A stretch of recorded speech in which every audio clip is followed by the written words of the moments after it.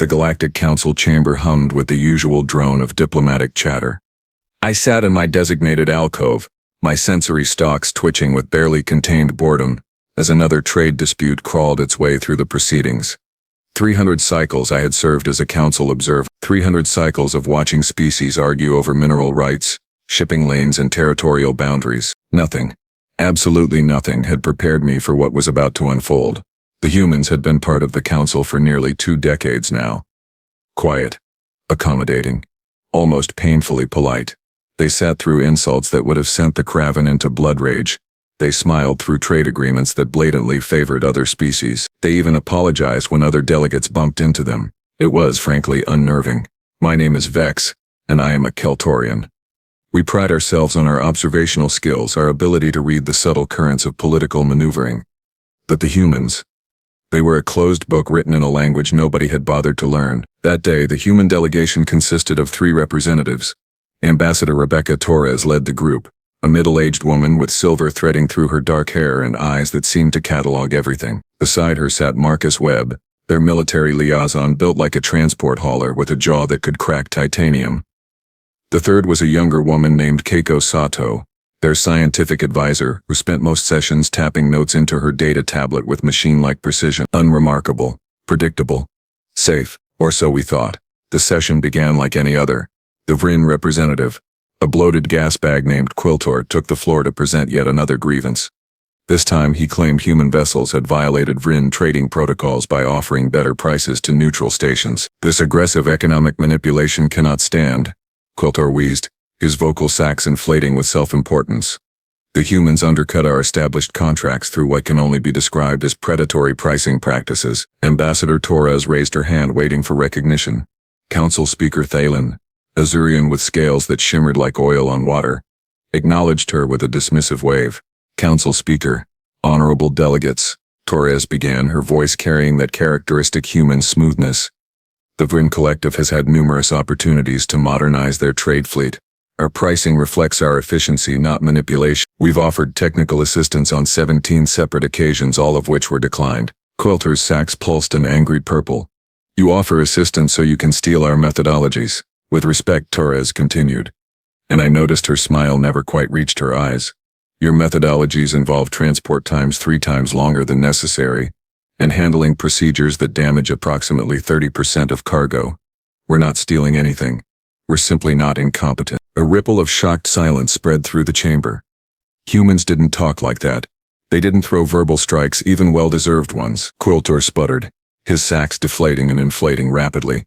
This is an outrage. I demand sanctions. Council Speaker Thalen intervened, his translator rendering his hissing speech into Galactic Standard. Ambassador Torres, perhaps more diplomatic language would serve us all better. Perhaps, Torres said, settling back into her seat. I apologize for my directness. And just like that, the moment passed. The human had retreated, as they always did.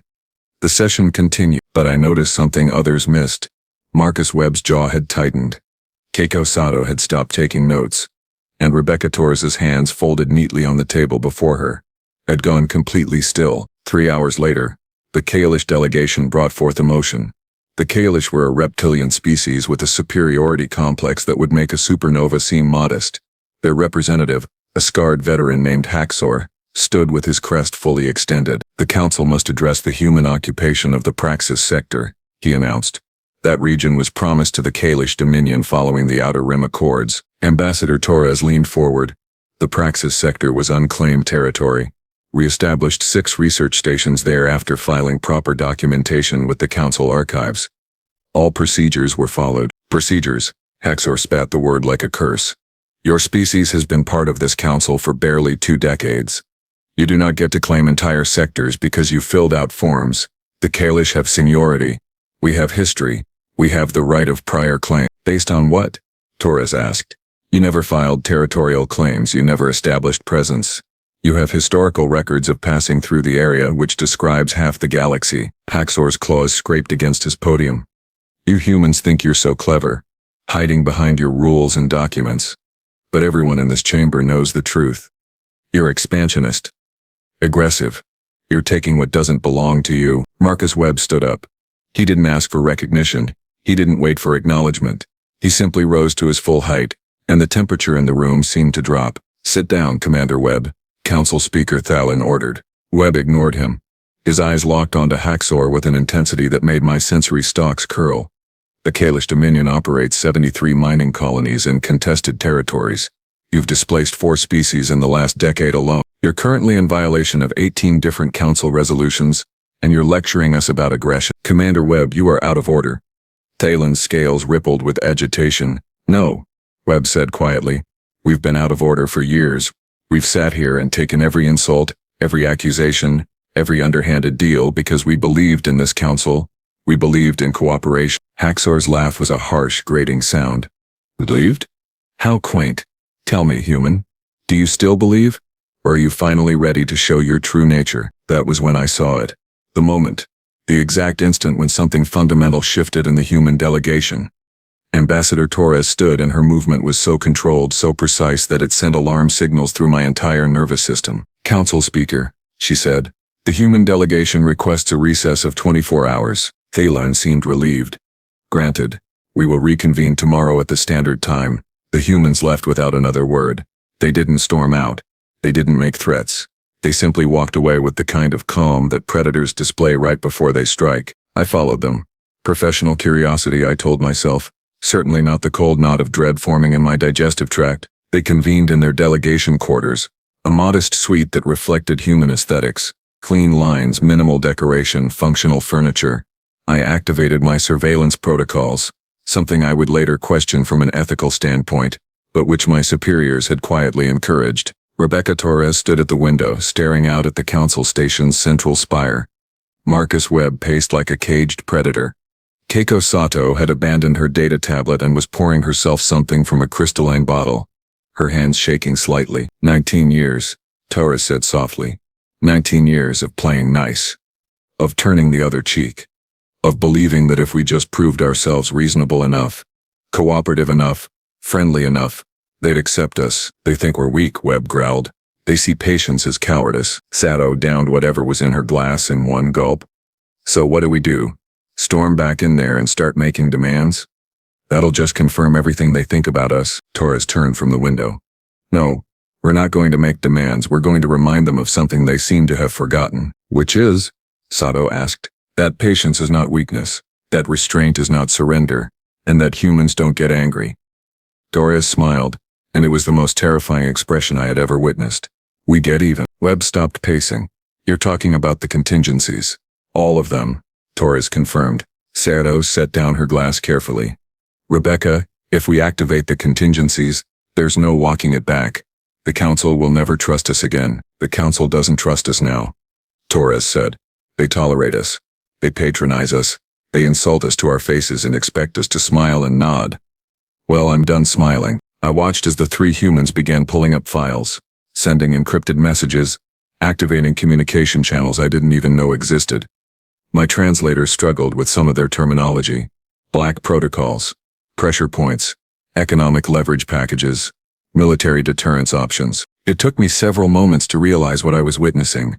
The humans hadn't been passive for 19 years. They had been preparing. Every insult they'd swallowed, every unfair trade agreement they'd signed, every diplomatic slight they'd endured, they had been cataloging it all, analyzing it, finding weaknesses, and now they were done waiting. The next morning I arrived at the council chamber early. My sensory stalks were practically vibrating with anticipation and dread. Other delegates filtered in, most looking smug or bored. Quilter bobbed in his suspension field, his sacks fluttering with satisfaction. Haksor sat with his crest high, clearly pleased with yesterday's performance. The human delegation entered exactly on time. Torres, Webb, and Sato took their seats with the same quiet efficiency they always displayed.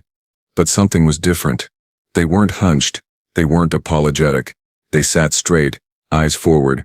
"Wait," Council Speaker Thalen called the session to order. "We shall continue with pending matters. The Vrin Collective has submitted additional documentation regarding their trade dispute." "Point of order," Ambassador Torres said, her voice clear and carrying.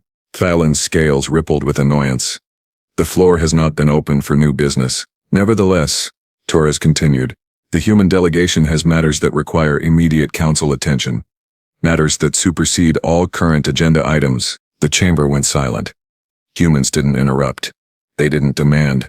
They didn't supersede. This is highly irregular, Talon hissed. So is accusing a member species of economic manipulation while engaging in price fixing? Torres said calmly.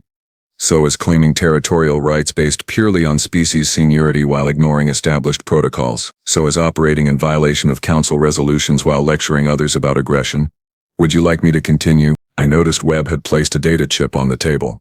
Sato's fingers hovered over her tablet. Torres stood, and every eye in the chamber tracked her movement. For 19 years, Torres began. Humanity has played by the rules. We've followed every protocol. We've honored every agreement.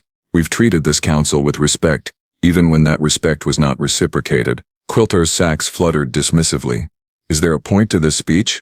Torres smiled that terrible smile again. The point, Representative Quilter, is that while you've been insulting us, we've been documenting your embezzlement of collective funds. Approximately 800 million credits over the past decade, funneled through shell companies in neutral space. The chamber erupted. Quilter's sacs deflated completely, his entire body going rigid. Torres wasn't finished. Representative Haksor, we have evidence of 42 unauthorized military incursions into protected territories. We have communication intercepts of your government planning to violate the Kessler Accords. We have testimony from 3 displaced populations willing to speak before this council. Haksor lunged forward, his claws extended. You dare threaten the Kalish Dominion? Webb stood, and his hand moved to something on his belt. Not a weapon, exactly. But the implication was clear. Haksor froze. We're not threatening anyone, Torres said. We're simply informing the council that the era of humanity accepting abuse has ended. You want to know what humans are really like? Fine, let me tell you. She touched her own tablet and holographic displays materialized throughout the chamber.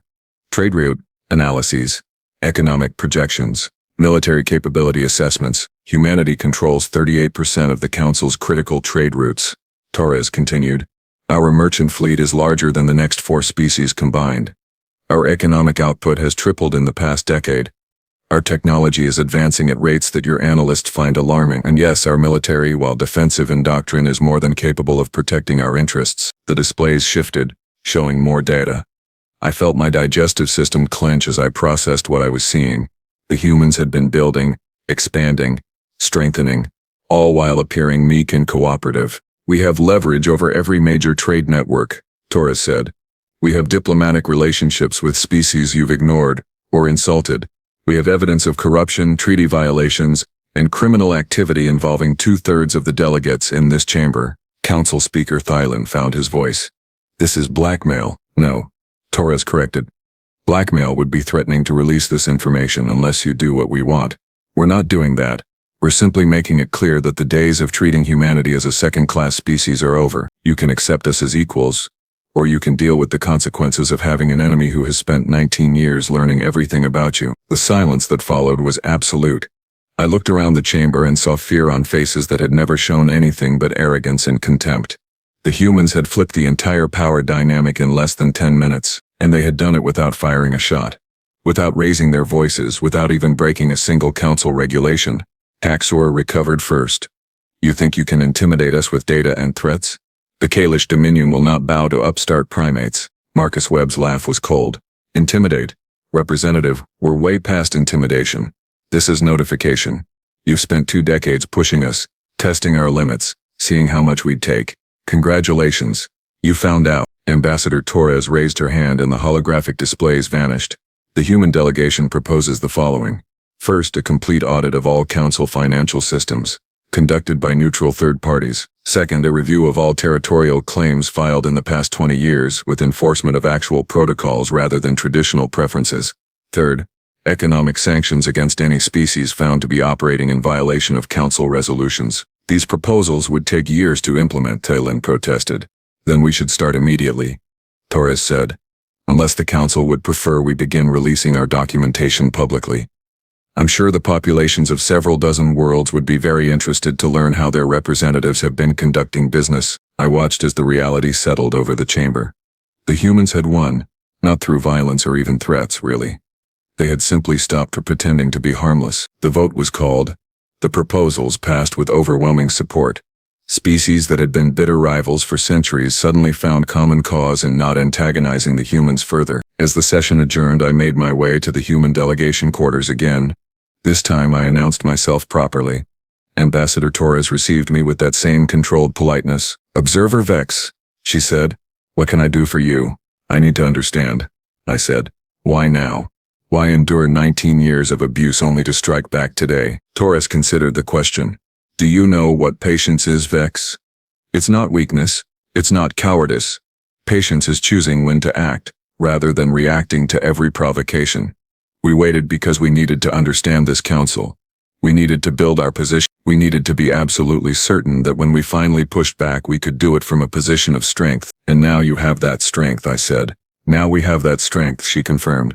"The galaxy needed to learn an important lesson. Humans are patient. We're cooperative. We're willing to compromise and work together. If you mistake that patience for weakness, if you think you can abuse us indefinitely, you'll find out what happens when humanity's restraint finally runs out." I left the human quarters with my sensory stalks drooping. The report I would file with my superiors would change how my species viewed humanity forever. The humans hadn't revealed themselves as monsters. They had revealed themselves as something far more dangerous. They were players who had been watching the game for 2 decades before making their first real move. And in doing so, they had checkmated half the council without anyone realizing the match had even begun. That night, as I reviewed my notes, one thought kept recurring. For 19 years, humanity had been patient. They had endured insults, accepted unfair deals, swallowed their pride. But patience has limits. And when you finally find those limits, you don't get a warning. You just get the consequences. The council chamber had never felt this tense. I settled into my observation alcove, my sensory stalks twitching as delegates filed in with expressions ranging from anger to fear to barely concealed panic. Word had spread through the station like radiation through a hull breach. The humans had stopped playing nice. 3 days had passed since Ambassador Torres dropped her cascade of evidence on the council floor.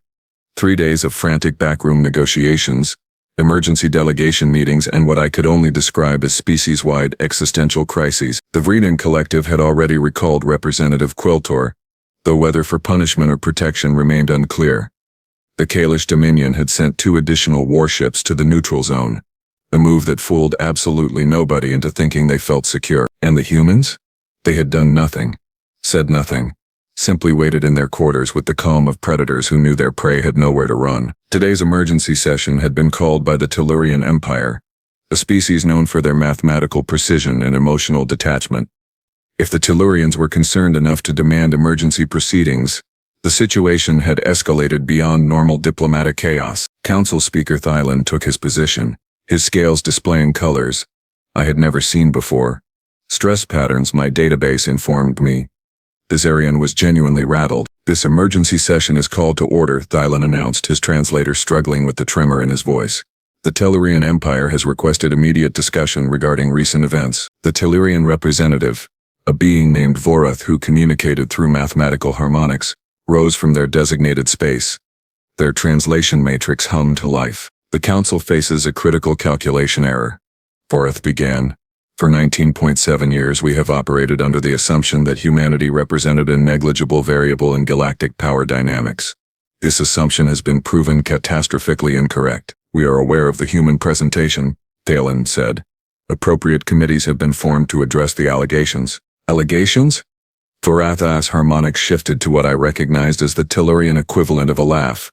"Speaker Thalen, the humans provided primary source documentation, verified communication intercepts, and financial records with authentication codes that our best analysts confirm are genuine. These are not allegations. These are facts presented with overwhelming evidence." A low murmur rippled through the chamber. Other species were beginning to realize what I had understood 3 days ago. The humans had not been bluffing. Ambassador Torres stood waiting for recognition. Thailand hesitated, then gave a curt nod. "The human delegation appreciates Representative Vorath's assessment," Torres said, her voice carrying that same dangerous calm. "However, we would like to clarify our position. We are not seeking to destroy the Council or its member species. We are seeking equality and accountability." "Accountability," Haksor spat from his position. The Kalish representative had refused to be recalled, his pride apparently stronger than his survival instinct.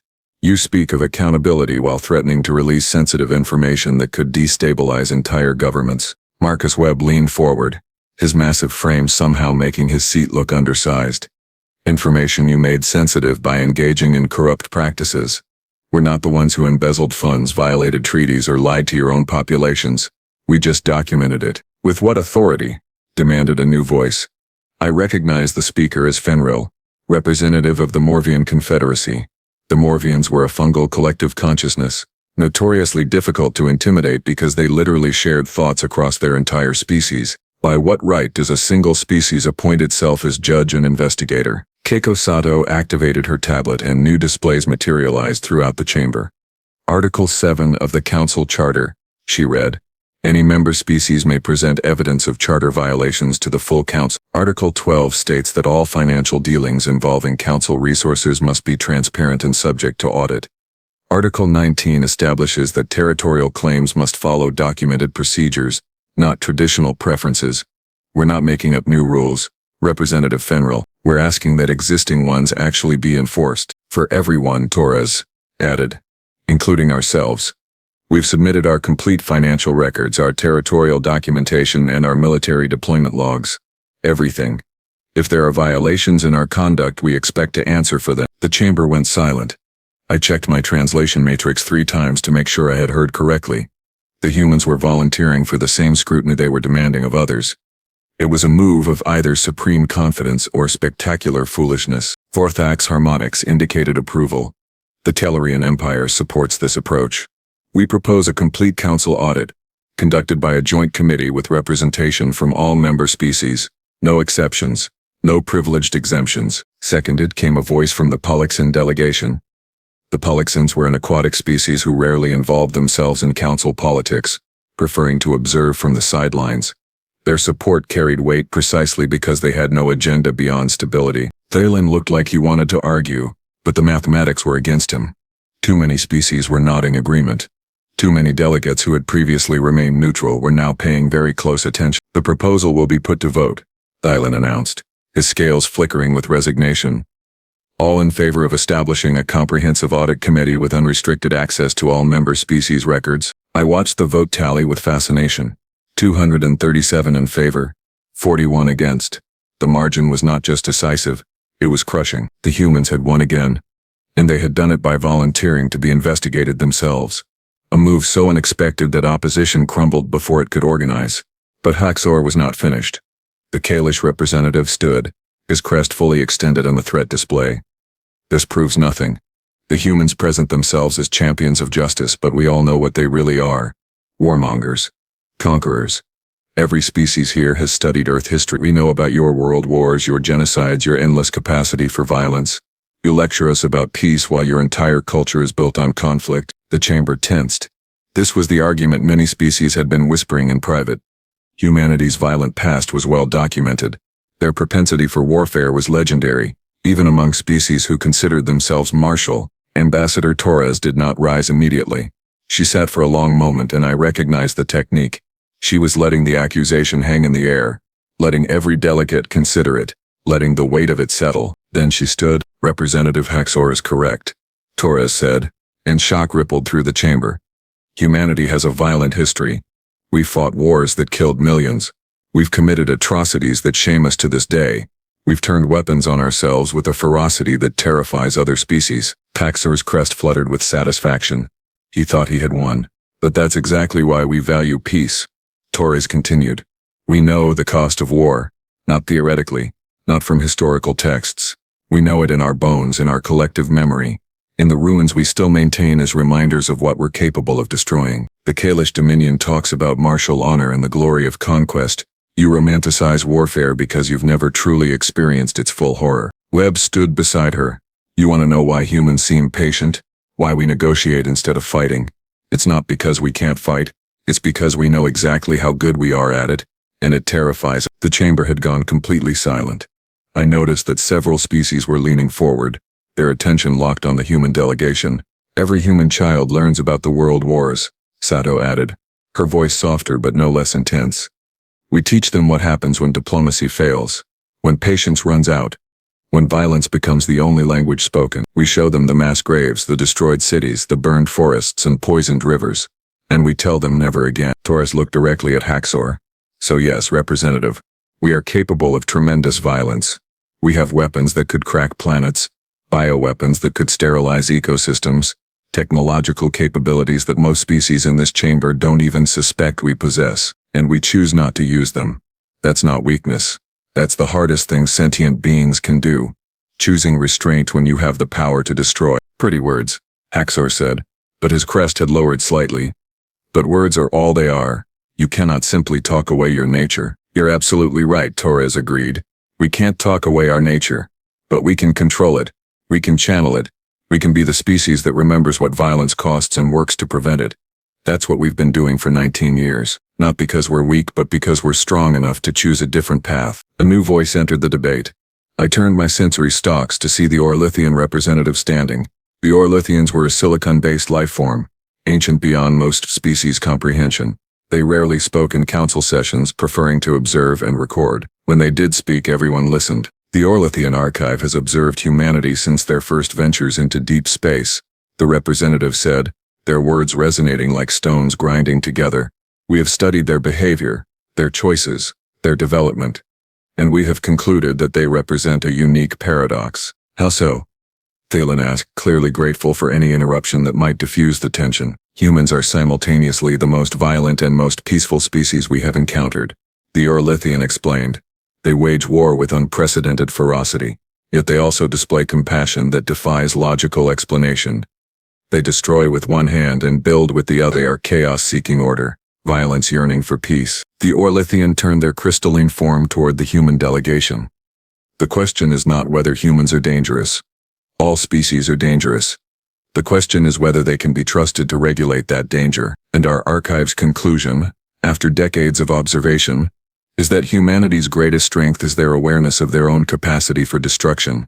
They fear themselves, and that fear makes them careful. I watched as this assessment settled over the chamber. The Orlithian archive was neutral, ancient and respected. Their endorsement carried enormous weight, but the session was far from over. Fenrir of the Morvian Confederacy rose again. Let us assume the Orlithian assessment is correct. Let us assume humans are trustworthy despite their violent capabilities. That still does not address the immediate problem. The human delegation has essentially blackmailed this council into accepting their demands. We made no demands, Torres said calmly. We presented evidence of violations and proposed accountability measures. If that feels like blackmail, perhaps you should examine why transparency seems threatening. Because transparency destroys negotiating positions, Fenrir said bluntly.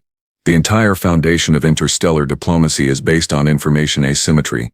Every species keeps secrets. Every government has activities they prefer to keep private. You violated that fundamental understanding. Webb laughed, a sound without humor. So the fundamental understanding is that everyone gets to be corrupt as long as they keep it quiet. That's the system you're defending. I'm defending stability, Fenrir countered. Your evidence dump has destabilized governments, disrupted trade networks, and created political chaos across 24 systems. Whatever your intentions, the result is disorder. For the first time, I saw Torres hesitate. The Morvian had a point. The human revelations had indeed caused significant disruption. Markets were fluctuating wildly. Several species were experiencing internal political crises. The Galactic Order, corrupt as it might be, was fracturing. Keiko Sato stood, her expression thoughtful. Representative Fenrir raises a valid concern. Our actions have created instability, but we would argue that instability built on corruption and inequality is preferable to stable injustice. Easy to say when you're not the one experiencing the instability, Fenrir shot back. Actually, Sato continued, Earth markets have dropped 17% since our presentation. Our trade agreements are being renegotiated, often unfavorably. Our diplomatic relationships are being questioned. We are experiencing consequences too, but we believe that short-term disruption is worth long-term integrity. I noticed something then.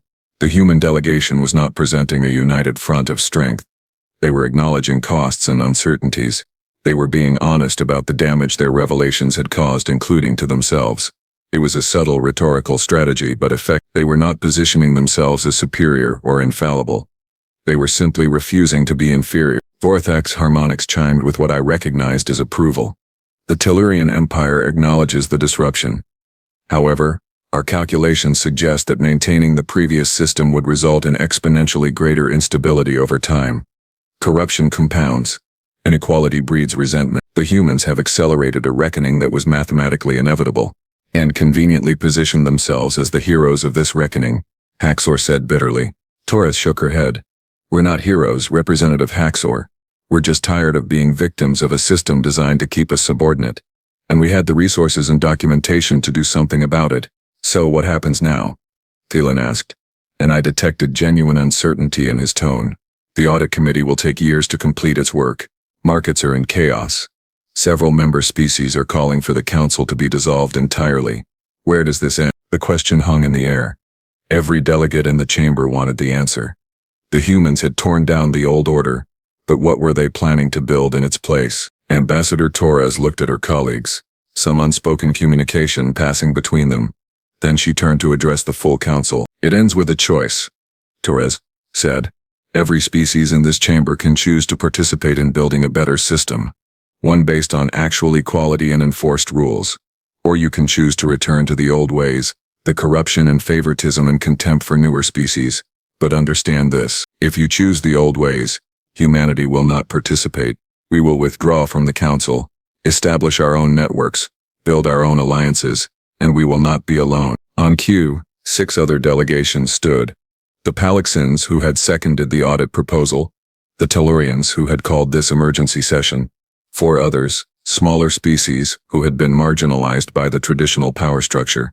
They stood with the humans, a silent declaration of alignment. You're threatening to split the council, Thielen said, his scales going pale. We're offering a choice, Webb corrected.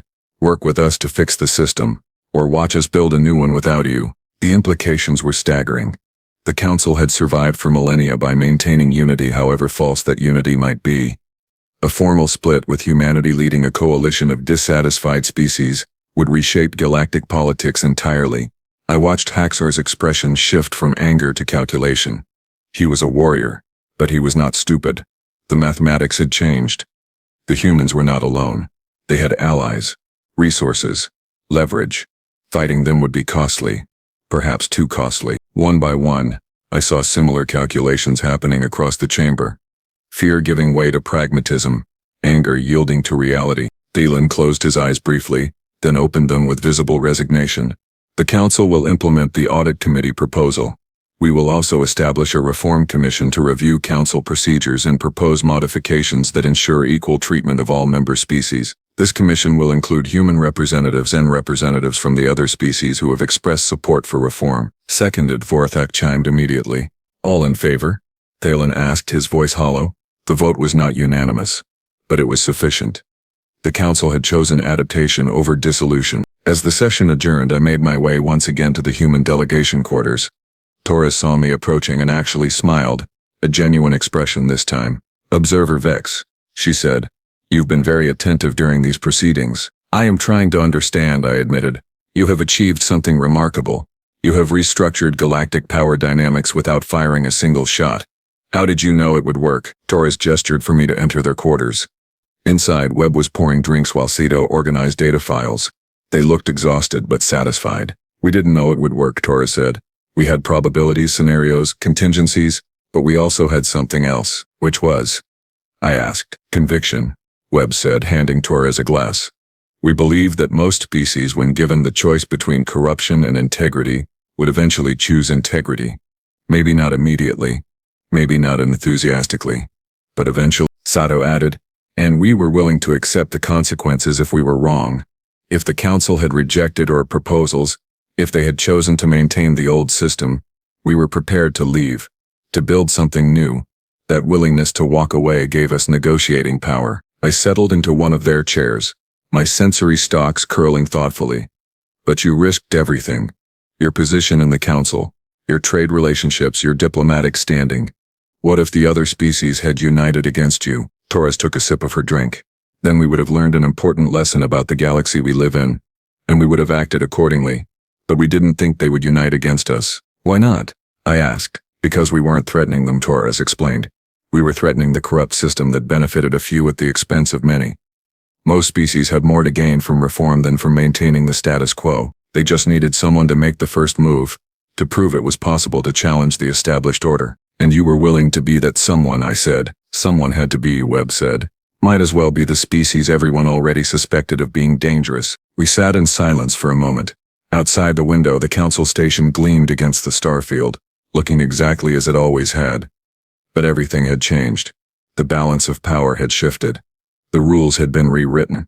And humanity, the species that had endured 19 years of contempt and condescension, emerged as a force that could no longer be ignored or dismissed. "What will you do now?" I asked. "Now that you have this power, this influence." Torres looked at me directly, and I saw something in her eyes that made my sensory stalks go still. Not cruelty or ambition, but something more unsettling. "We're going to make sure the galaxy never forgets this lesson," she said quietly. "That patience is not weakness, that kindness is not surrender, that the species you dismiss and underestimate are often the most dangerous ones of all. Not because they want to be dangerous, but because they have chosen not to be, and that choice can always be unmade." I left the human quarters with my mind churning through calculations and assessments. My report to my superiors would be complex, nuanced, and probably insufficient to capture what I had witnessed. The galaxy had learned that humanity's patience had limits. But more importantly, it had learned that those limits were chosen, not imposed. Humans were not peaceful because they lacked the capacity for violence. They were peaceful because they understood violence too well, and now every species in the council knew it too. 3 weeks later, I attended the first session of the Reform Commission. Humans sat alongside Kalish, Brine, Tellurians, and 24 other species. The atmosphere was tense but productive. Accusations gave way to negotiations. Hostility evolved into grudging respect. Haksor and Torres even shared a brief conversation during a recess, their body language suggesting something between enemies and allies. The Kalish representative's crest was lowered, a sign of acknowledgement if not quite submission. I realized then what the humans had truly accomplished. They had not conquered the council. They had not destroyed it or replaced it. They had simply forced it to confront its own failures and choose whether to fix them. The galaxy would never be the same.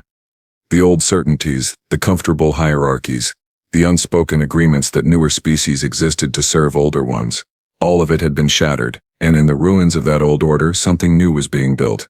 Something more equal, more just, more accountable. Whether it would last remained to be seen, but for now, in this moment, the impossible had occurred. Humanity had taught the galaxy a lesson that would echo through the centuries. Never mistake patience for weakness, never assume silence means acceptance, and never, ever forget that the species asking for equality today might be the one enforcing it tomorrow. I filed my report that evening, knowing it would reshape my government's entire approach to human relations. Other observers were doing the same across the station. The word was spreading. Humanity had shown its true nature. Not as monsters or saints, but as beings who valued peace enough to prepare for war, who believed in justice enough to risk everything for it, and who possessed the rarest quality in the galaxy, the wisdom to know when patience had served its purpose and the courage to act when that moment arrived. The era of underestimating humanity was over, and the galaxy would never forget the day their patience finally snapped.